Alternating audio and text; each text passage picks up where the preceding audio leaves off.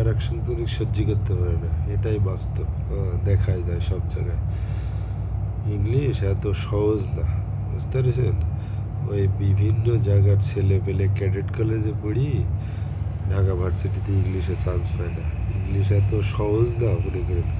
বাংলাদেশের হাতে গোনা দেখা যাচ্ছে যে 13-14টা ক্যাডেট কলেজ রয়েছে, সেখানকার ছেলেপেলেরা ওই নেভি এয়ারফোর্স যারা ডিজেলাও করে, যে চাকরি করবো না, তারাই কিন্তু ঢাকা ভার্সিটিতে ইংলিশে বা পছন্দের একটা সাবজেক্টে পড়ে। ঢাকা ভার্সিটি বুয়েটে চান্স পাওয়া যাতামাতা জিনিস না। খ ইউনিটে 13-14 দিক দিয়া 40,000-এর উপরে অ্যাডমিশন টেস্টে পরীক্ষার্থী ছিল। তার মধ্যে দেখা যাচ্ছে একটা ছেলে একটা মেয়ে পাশ করেছে ওই খ ইউনিটে। ঢাকা ভার্সিটিতে ভর্তি হওয়ার জন্য অভিভাবকরা ছাত্রছাত্রীরা হাইকোর্টে মামলা করেছে, দ্বিতীয় টাইমে অ্যাডমিশন নেয় না। ঢাকা ভার্সিটি যাতামাতা জিনিসটা। ঢাকা ভার্সিটির কোনো এক সময় শিক্ষা সনদ পেপার সাপ্লাই দেওয়ার জন্য বসুন্ধরা মানে একটু তদবির বা সুযোগ খুঁজতেছিল, নেয়নি। ঢাকা ভার্সিটির শিক্ষা সনদ সার্টিফিকেট কপিগুলো আসে সেই থেকে, অক্সফোর্ড থেকে, ইংল্যান্ড থেকে। সেই ইংল্যান্ড থেকে যে পেপারসগুলো আসে সেই সব কাগজে ঢাকা ভার্সিটি হলো শিক্ষা সনদ মানে দেখা যাচ্ছে যে অ্যাকসেপ্ট করে, এটাই বাস্তব। আর ইংলিশ এত সহজ জিনিস না। তোর সেনাপ্রধান ইংরেজি বলে ম্যান ম্যান ম্যান ম্যান করি। হ্যাঁ রে, ও সেনাপ্রধান হয়েছে মানে বিশাল কিছু হয়ে গেছে, ইন্টারমিডিয়েট পাশের লোক। হ্যাঁ, আর ফখরুদ্দিন ইংরেজি বলতো, তার ইংলিশ বলার বচন ভঙ্গি কী! ওরে বাবা, ভাবমূর্তি। ফখরুদ্দিন যখন ক্ষমতায় ছিল, যখন এই খবরের সময় টিভির পর্দায় জড়িয়ে আসতো, তখন শত কাজের মাঝে সব কাজ ফেলাতে হয় ফখরুদ্দিন ইংলিশ বলার বচন ভঙ্গি দেখতে চলে আসতো। ইংরেজির সাথে প্রেম থাকতে হয়। আমি মুসলমানের বাচ্চা, জানি রাখিস।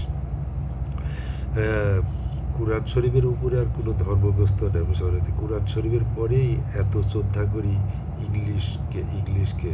এবং যে কোনো জায়গায় কেউ ইংরেজি বলে মনোযোগ সহকারে শুনি। রাস্তাঘাটে কোনো সুন্দর লেখা বা কোনো কিছু ইংলিশ কাগজপত্র পড়ি থাকলে ওটা মনোযোগ সহকারে পড়ি। ইংলিশ এত সোজা না, পিঁপড়ার নাক বড় কলমের প্যাঁচ বড়, এক সুন্দরী আর এক সুন্দরী সহ্য করতে পারে না। এই কত পাইলাম মালিকানা চাকরিতে, একটু ইংরেজি লিখি বলি, তাও মানুষ সহ্য করতে পারে না। আচ্ছা, যাই হোক, ঢাকা ভার্সিটিতে এই যুগের ছেলেপেলেরা এইসব মোবাইলে ব্যস্ত থাকে। ঢাকা ভার্সিটি ছেলেপেলে অনার্স মাস্টার, তাদেরকে প্রাইভেট পড়াতে পারবো ইনশাল্লাহ। এই শক্তিটা, এই আশাটা আছে, এই আশাটা, এই সাহসটা আছে।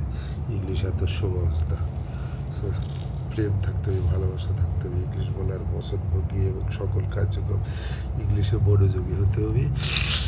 তবে এই গান ইংলিশ তার কাছে সহজ মনে হবে, আর সেরকম আগ্রহ এবং অ্যাক্টিভ থাকতে হবে। তবে এই গান ইংরেজি আপনার কাছে সহজ মনে হবে। যাই হোক, আমিও যে এত পাকা না, আমারও তো ওস্তাদ আছে, এটুকুই বলতে আমার উপরে বড় কৌতুক আছে। তবে এয়ারফোর্সে এক একটা ছেলে এক একখান ইয়ারম্যান মনে করো ওয়ান পিস নিয়ে আসিস, তো navy, air force, army, answer, VDP নিয়ে আসিস। আরে এয়ারফোর্সে নাম লিখাতে হলে মানে বহুত পাটকে পোড়াতে হয় এবং অনেক মেধা থাকতে হয়, এটাই বাস্তব।